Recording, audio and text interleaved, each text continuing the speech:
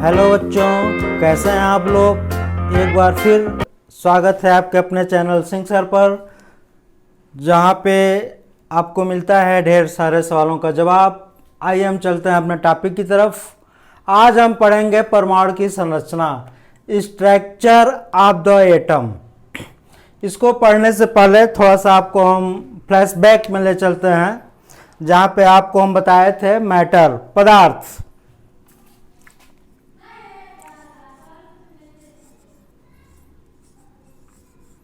सबसे पहले हम पदार्थ का थोड़ा सा डिफिनीशन देखेंगे। पदार्थ उसे कहते हैं जिसमें मास होता है। मास का मतलब क्या हुआ, थोड़ा सा वजन होता है और स्पेस ऑक्युपाई करता है, यानी कुछ जगह घेरता है। उसे हम क्या करते हैं, पदार्थ। हम अपने आसपास जो भी चीज़ें देखते हैं, जैसे चेयर है, कूलर है, पंखा है, ये पेन है, क्या करता है, इसमें कुछ ना कुछ वजन है, कुछ ना कुछ क्या है, मास है। और ये जब रखते हैं तो यह अपना एक जगह बनाता है, एक जगह घेरता है। तो इसलिए इसको हम क्या करते हैं, पदार्थ कहते हैं। जैसे मान लीजिए ये हमारा एक पेन है,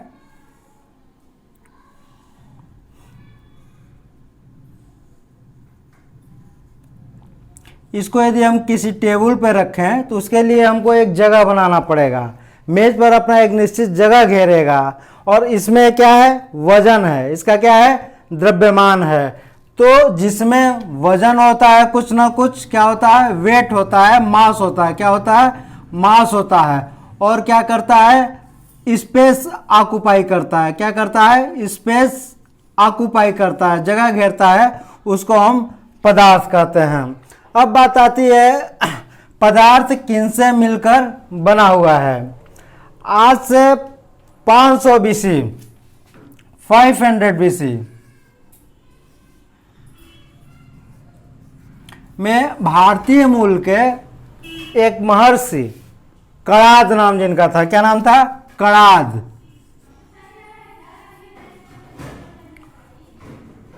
बड़ी खुशी होती है जब किसी इंडियन दार्शनिक का नाम, भारतीय दार्शनिक का नाम रिसर्च से जुड़ता है। आर्यभट्ट वगैरह तमाम ऐसे वैज्ञानिक हुए जिन्होंने देश दुनिया को एक अलग अपना नाम और पहचान दिया। उसी में लगभग 500 BC पूर्व एक कणाद नाम के महर्षि हुए थे, जिन्होंने पहला परमाणु के बारे में, पदार्थ की संरचना, परमाणु की संरचना के बारे में जो वक्तव्य दिया था। उनका कहना था कि परमाणु किसी भी पदार्थ का सूक्ष्मतम कण है जिसको और नहीं तोड़ा जा सकता है। बात समझ में आ रहा है। जैसे मान लीजिए कोई ये पदार्थ है, इसको तोड़िए, इसको भी तोड़िए, तब तक तोड़िए जब तक इतना छोटा न हो जाए कि उसे और न तोड़ा जा सके। इसके लिए बहुत ही एक देसी प्रयोग इन्होंने किया था, कणाद, महर्षि कणाद ने। तो उसमें वैज्ञानिक नहीं हुआ करते थे, उनको हम दार्शनिक कहते थे, फिलासफर कहते थे। वो जो कहते थे, बहुत रिसर्च करने के बाद किन्हीं बातों को रखते थे। तो कणाद ने एक देसी प्रयोग किया था। उसने क्या किया था, उन्होंने चावल के कुछ टुकड़े मुंह में डाला, उसको चबाया, चबाते चबाते ऐसे पोजीशन पर ले आया जहां से उस चावल के दाने को और नहीं तोड़ा जा सकता है। तब उन्होंने इस निष्कर्ष पर पहुंचा कि जो पदार्थ का सबसे छोटा कण है उसको हम क्या कहते हैं, परमाणु कहते हैं। बात क्लियर हो गई होगी। परमाणु क्या होता है, पदार्थ, परमाणु क्या होता है, जो पदार्थ का सबसे सूक्ष्मतम इकाई होता है उसको हम क्या कहते हैं, परमाणु कहते हैं। कहने का मतलब ऐसा सूक्ष्मतम कण जिसको और न तोड़ा जा सके, उसको क्या कहते हैं, परमाणु कहते हैं। यह परमाणु हमें नेकेड आई से नहीं दिखाई देता है। कहने का मतलब परमाणु जो होता है उसको हम अपनी आंखों से नहीं देख सकते। इसको देखने के लिए हमको माइक्रोस्कोप की जरूरत पड़ती है। अब सोचिए कितना छोटा है परमाणु। इसको जानने के लिए सैंड आपने देखा है, बालू, रेत, हाथ में लीजिए, तमाम उसके कण मिलकर आपको रेत दिखाई देते हैं। एक पार्टिकल को अलग कीजिए तो उसे हम देख सकते हैं। लेकिन हमने अभी अभी बताया कि ये जो परमाणु होते हैं इनको हम अपने नेकेड आई से देख नहीं सकते। कहने का मतलब उस रेत के एक कण से भी छोटा होगा। तो क्या हम मान लें जो परमाणु होता है बैक्टीरिया के बराबर होता है? बैक्टीरिया बहुत सूक्ष्म जीव होते हैं जिसको माइक्रोस्कोप से देखा जाता है। लेकिन ये जो परमाणु होते हैं यह बैक्टीरिया से भी छोटे होते हैं। तब किससे हम देखेंगे? ये प्रश्न आता है कि इतने छोटे जब परमाणु हैं तो इसको हम कैसे देख सकते हैं? तो उसके लिए एक माइक्रोस्कोप आता है जिसको हम स्कैनिंग टर्निंग माइक्रोस्कोप कहते हैं। विज्ञान ने एक ऐसा माइक्रोस्कोप दिया है जिसको हम स्कैनिंग टर्निंग माइक्रोस्कोप कहते हैं। इसकी सहायता से हम जो एटम होते हैं इनको हम देख सकते हैं। किसकी सहायता से हम एटम को देखते हैं? STM screening turning microscope. साधारण माइक्रोस्कोप से हम इसको परमाणु को नहीं देख सकते। एसटीएम से जब देखा गया सिलिकॉन के चद्दर को, सिलिकॉन एक एलिमेंट है, सिलिकॉन एक तत्व है,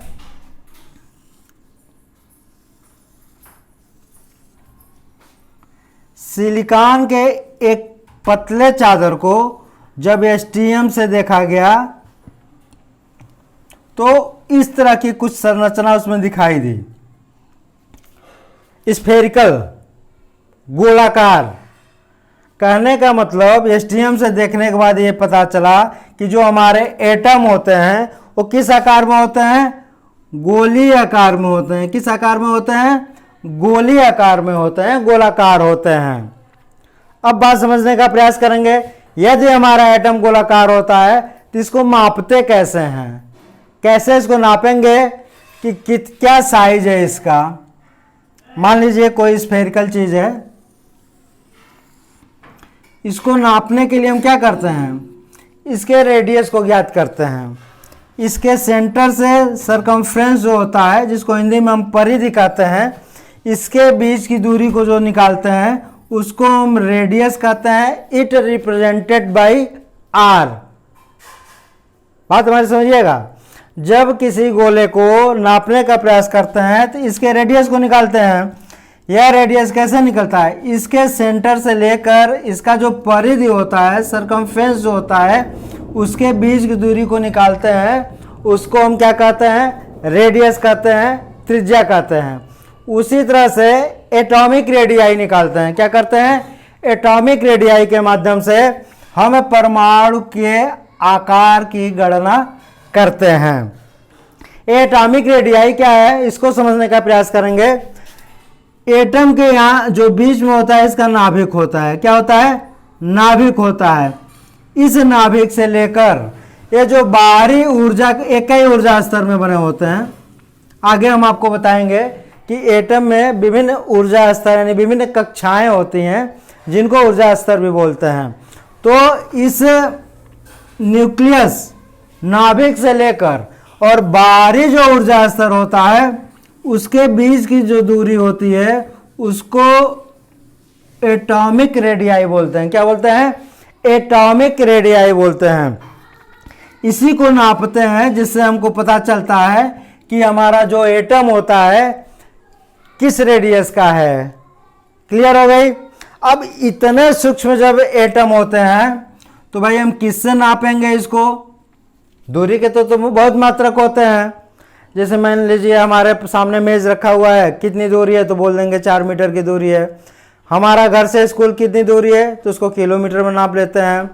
ग्रहों के बीच की दूरी नापना होता है तो उसको लाइट ईयर में नाप लेते हैं।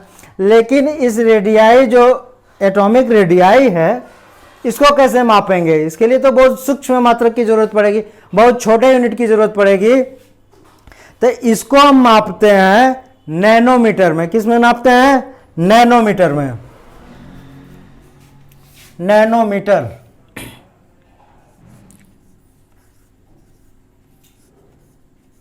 नैनोमीटर। अब ये कौन सी बला है भाई? नैनोमीटर। अभी तो हमने नैनो शब्द सुना था, लेकिन ये नैनोमीटर क्या है? नैनो पार्टिकल, छोटे छोटे पार्टिकल जिसको कहते हैं नैनो पार्टिकल कहते हैं। नैनो कार का नाम हमने सुना था, लेकिन ये नैनोमीटर क्या है इसको हम समझें। नैनोमीटर क्या है?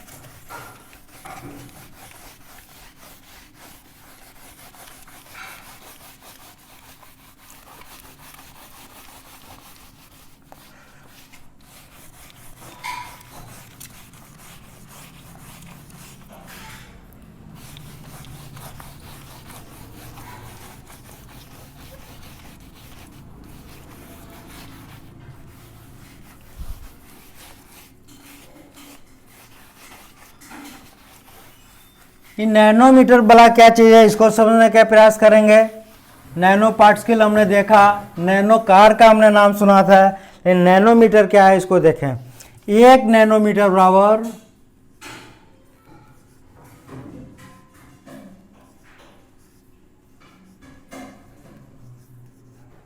1 नैनोमीटर बराबर 10⁻⁹ मीटर।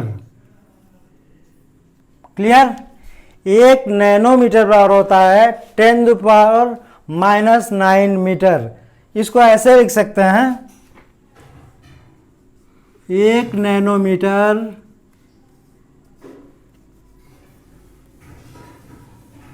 बराबर 1/10⁹ मीटर। बात वही हुई। 1 नैनोमीटर को ऐसे लिख सकते हैं, या फिर 1 नैनोमीटर को 1/10⁹ मीटर लिख सकते हैं।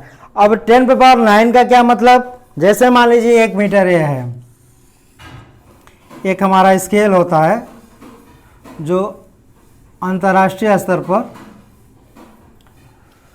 1 मीटर माना गया। 1 मीटर का स्केल होता है। यदि हम यहाँ 1/2 लिखें, इसका मतलब हुआ है मीटर को 2 टुकड़े में, 2 हिस्सों में बांट दें बराबर बराबर। यदि 1/10 लिखें तो इसका मतलब हुआ इस मीटर को हम 10 बराबर बराबर हिस्सों में बांट दें। 1/100 का मतलब इसको हम बराबर और कितने हिस्सों में बांट दें? 100 हिस्सों में। 1/1 लाख लिख दें तो इसका मतलब ये हो गया कि इस मीटर को हम बराबर बराबर 1 लाख हिस्सों में बांट दें। अब यहाँ 1/10⁹ का मतलब हो गया 1/1 पर 90, 2 3 4 5 6 7 8 9। 1 पर कितने जीरो? 9 जीरो।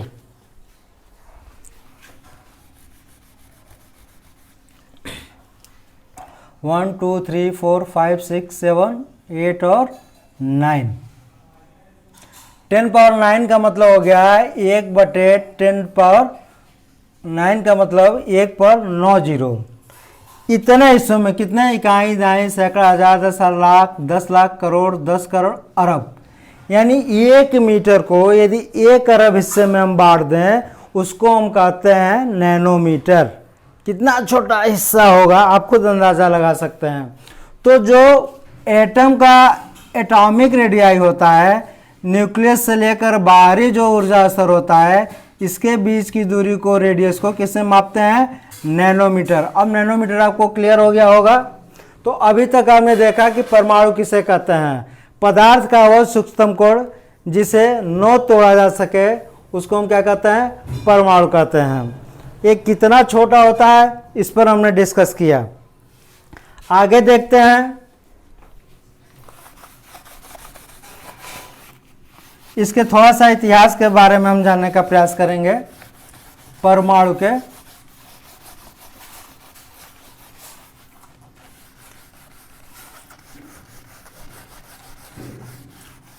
19वीं शताब्दी में डाल्टन नाम के एक वैज्ञानिक हुए थे। कब हुए थे? 19वीं शताब्दी में, 19वीं सेंचुरी में एक डाल्टन नाम के वैज्ञानिक हुए थे। उन्होंने बताया था, जो हमारे दार्शनिक, हमारे महर्षि जो कणाद ने बताया था कि परमाणु किसी भी पदार्थ का सूक्ष्मतम कण होता है जिसे और नहीं तोड़ा जा सकता। उसी बात को 19वीं सेंचुरी में डाल्टन ने बताया था। किसने बताया था? डाल्टन ने बताया था कि परमाणु किसी पदार्थ का वह छोटा हिस्सा होता है जिससे और नहीं तोड़ा जा सकता, और वह स्वतंत्र अवस्था में रह सकता है। किस में रह सकता है? स्वतंत्र अवस्था में। लेकिन इसमें एक कमी रह गई। डाल्टन ने जो चीज बताया था कि वह स्वतंत्र रह सकता है और इसे और नहीं तोड़ा जा सकता है, लेकिन इसमें कुछ कमी रह गई। कमी क्या रह गई? कि ये जो परमाणु होता है रासायनिक संरचना में, किसमें? रासायनिक संरचना या रासायनिक अभिक्रिया,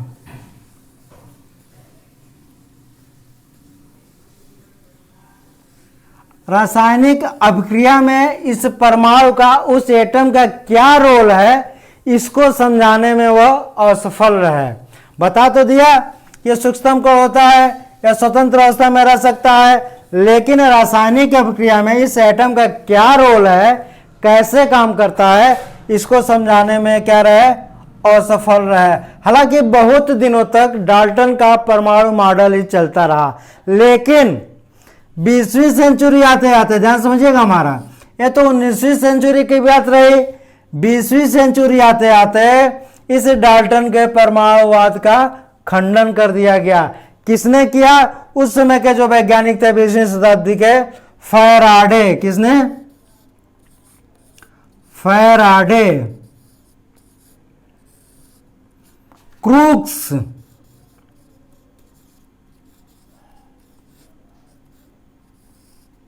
रदरफोर्ड,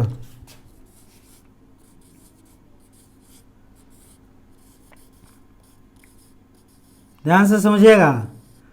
खंडन किसने खंडन किया? 20वीं शताब्दी के जो वैज्ञानिक हुए, फैराडे, क्रूक्स, रदरफोर्ड, जे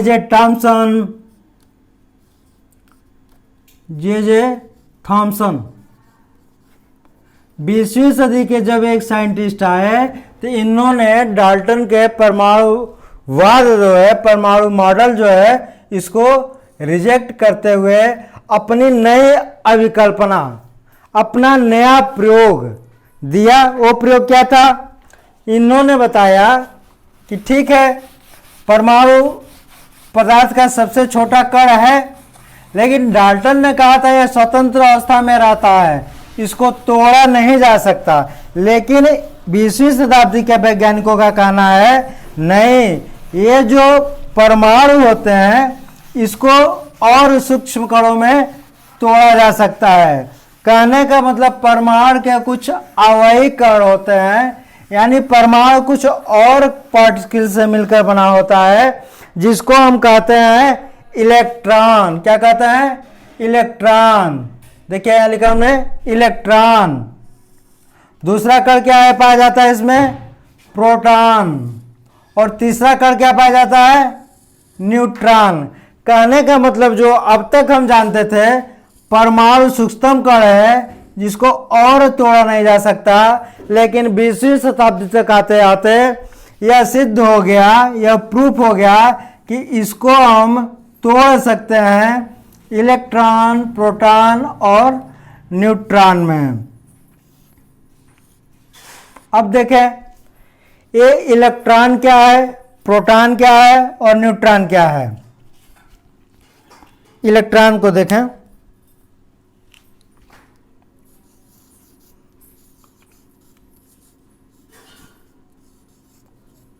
इलेक्ट्रॉन यह परमाणु का सबसे हल्का कण होता है। क्या होता है? सबसे हल्का कण होता है इलेक्ट्रॉन। इलेक्ट्रॉन जो होता है इसका खोज हुआ था 1897 में। कब खोज हुआ था? 1897 में। ध्यान समझिएगा, इलेक्ट्रॉन की खोज जो हुई थी 1897 में हुई थी। किसने इसको खोजा था? जे टॉमसन ने। किसको इसने खोजा था? जे टॉमसन ने। और इसका जो द्रव्यमान होता है बहुत ही हल्का होता है। एक तो हाइड्रोजन जो परमाणु होता है, हाइड्रोजन का नाम आपने सुना ही है, हाइड्रोजन का परमाणु सबसे हल्का होता है। इस हाइड्रोजन के परमाणु के द्रव्यमान के 1/1840वां भाग, इसका जो द्रव्यमान होता है हाइड्रोजन परमाणु के द्रव्यमान का 1/1840वां भाग होता है। इस पे ऋण आवेश होता है। कौन सा आवेश होता है? ऋण आवेश होता है। इसको रिप्रेजेंट कैसे करते हैं? ई से करते हैं। किससे करते हैं? ई से। और इस पे आवेश कितना होता है इसको देखें, ऋण 1.6 गुणे 10⁻⁻19 कूलाम। कूलाम किसका मात्रक है? आवेश का। चूंकि ये ऋणात्मक आवेश है इसलिए हमने लिखा है यहाँ ऋण कितना आवेश होता है? ऋण 1.6 गुणे 10⁻⁻19 कूलाम। क्लियर हो गया?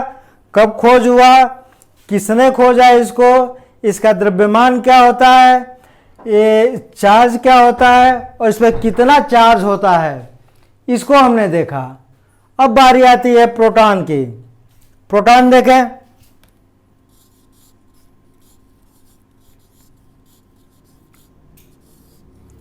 प्रोटॉन इसकी खोज हुई थी 1919 में। कब खोज हुई थी? 1919 में। किसने खोजा इसको? रदरफोर्ड ने।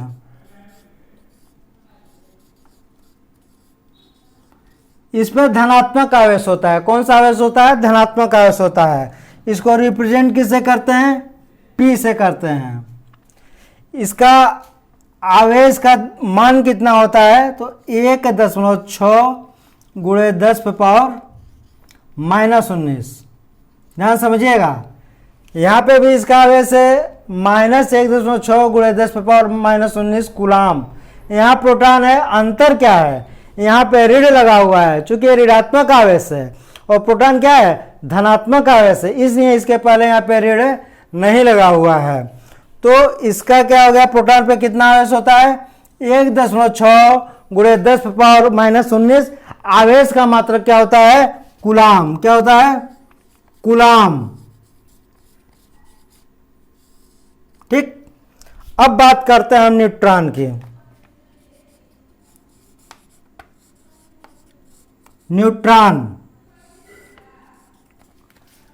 न्यूट्रॉन की खोज 1932 में हुई थी। ध्यान समझिएगा, न्यूट्रॉन की खोज कब हुई थी?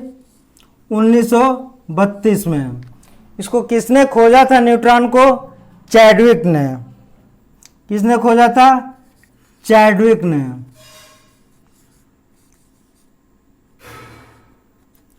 इसको एन से रिप्रेजेंट करते हैं। इस पे कोई चार्ज नहीं होता है, ये उदासीन होता है। क्या होता है? उदासीन होता है। और इसका जो द्रव्यमान होता है प्रोटॉन के द्रव्यमान के बराबर होता है। इस पे जो द्रव्यमान होता है प्रोटॉन के द्रव्यमान के बराबर होता है। अब इसका एक नज़र में इसको देखना हो, हमको समझना हो, तो एक चार्ट से माध्यम से हम समझने का प्रयास करेंगे जो आपको याद हो जाएगा बहुत सरल शब्दों में।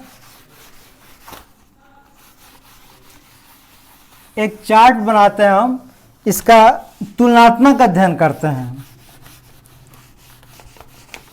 जिससे आपको और क्लियर हो जाएगा कि ये इलेक्ट्रॉन, प्रोटॉन और न्यूट्रॉन क्या चीज़ है। एक चार्ट के माध्यम से देखें।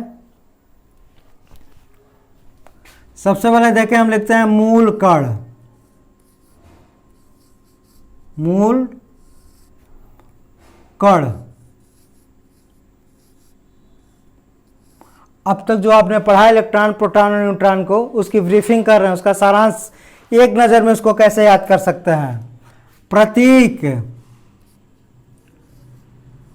जिसको हम सिंबल बोलते हैं, प्रतीक, आवेश,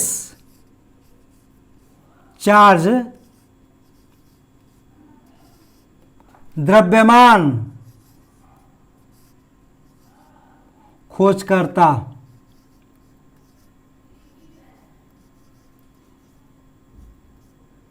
खोजकर्ता, खोजकर्ता मतलब किसने खोजा।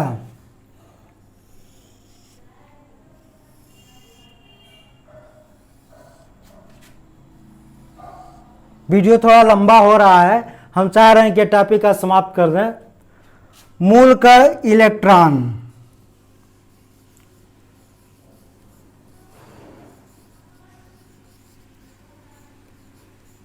इसका प्रतीक किससे रिप्रेजेंट करते हैं? ई से। इस पे आवेश कितना होता है? -1.6 इंटू 10⁻⁻19। इसका द्रव्यमान कितना होता है? हाइड्रोजन परमाणु के द्रव्यमान का 1/1840वां हिस्सा। किसने खोजा इलेक्ट्रॉन को? अभी बताएं, जे टॉमसन। किसने खोजा था? जे टॉमसन। J Thomson. क्लियर हो गया? मूल कण का नाम, प्रतीक, आवेश, द्रव्यमान किसने खोजा? दूसरे को देखें, प्रोटॉन। किससे रिप्रेजेंट करते हैं इसको? पी से। आवेश धनात्मक आवेश होता है, ऋण हटा देंगे, 1.6 × 10⁻⁻19। आवेश का मात्रक होता है कूलाम। क्या होता है? कूलाम, याद रखिएगा। इसका द्रव्यमान कितना होता है प्रोटॉन का? प्रोटॉन का जो द्रव्यमान होता है हाइड्रोजन के द्रव्यमान के बराबर होता है। हाइड्रोजन के द्रव्यमान के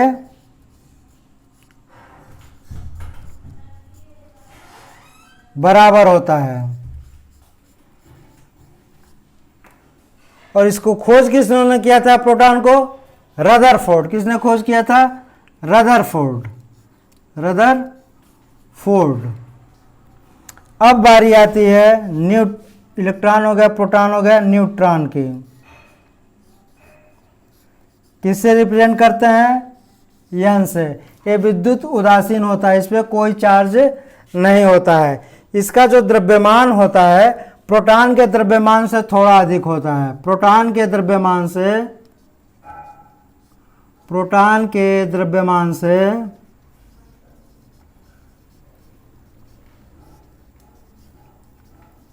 थोड़ा सा अधिक होता है। इसकी खोज किसने की? चैडविक ने। किसने खोज की? चैडविक ने। बात क्लियर हो गई?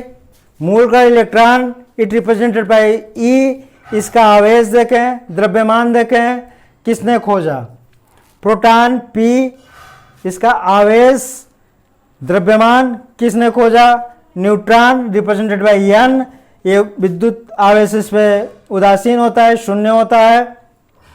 प्रोटॉन के द्रव्यमान से थोड़ा अधिक होता है और इसका खोज चैडविक ने किया था।